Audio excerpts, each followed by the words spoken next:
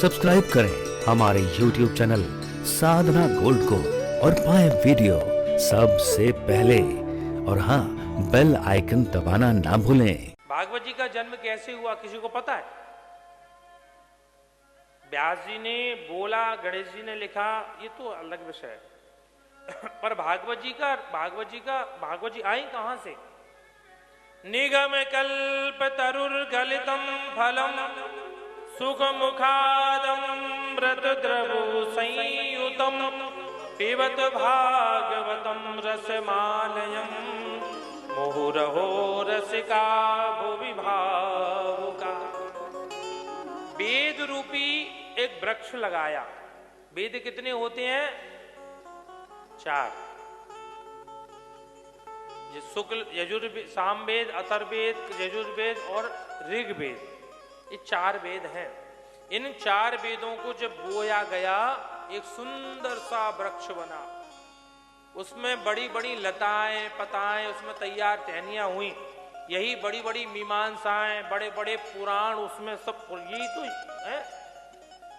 और उस वृक्ष के ऊपर जाकर के एक सुंदर सा फूल खिला। उस फूल में जो फल लगा, यही फल भागवत जी है। अगर संपूर्ण विश्व के ग्रंथों का रसास्वादन आनंद लेना है तो भागवत कथा श्रवण मात्र से ही प्राप्त हो जाता है। कई लोग कहते हैं, बोले महाराज भागवत सुनने की अगर वेद वेदांत ही भागवत है तो क्यों ना वेद वेदांत पढ़ा जाए। भैया, वेद वेदांत की भाषा बहुत कठिन है, जटिल है, गूढ़ है, समझ में नहीं आती है। जैसे कि कनक, कनक से 100 गुनी। कनक कहते हैं सोने को, कनक कहते हैं धतूरे को भी। अब जो पढ़ा लिखा होगा वो समझेगा, नहीं समझेगा। सेंधव कहते हैं घोड़े को, सेंधव कहते हैं नमक को भी। जैसे आप रथ महाराज किसी को लड़ाई करने के लिए जा रहे हैं और आपने आवेश में कहा सेंधव आने, और वो जो समझता नहीं है उसने महाराज केवल सेंधव माने नमक ही जानता, नमक की बोरी लाके खड़ी कर दे सामने, ले महाराज, तो उसको उस समय नमक की आवश्यकता नहीं, घोड़े की आवश्यकता है। तो वेद वेदांत की भाषा बड़ी जटिल है, समझ में नहीं आती है। तो कैसे समझ में आएगी? तो बोले वेद रूपी वृक्ष का जो फल है उसका स्वादन कीजिए तो समझ में आएगी।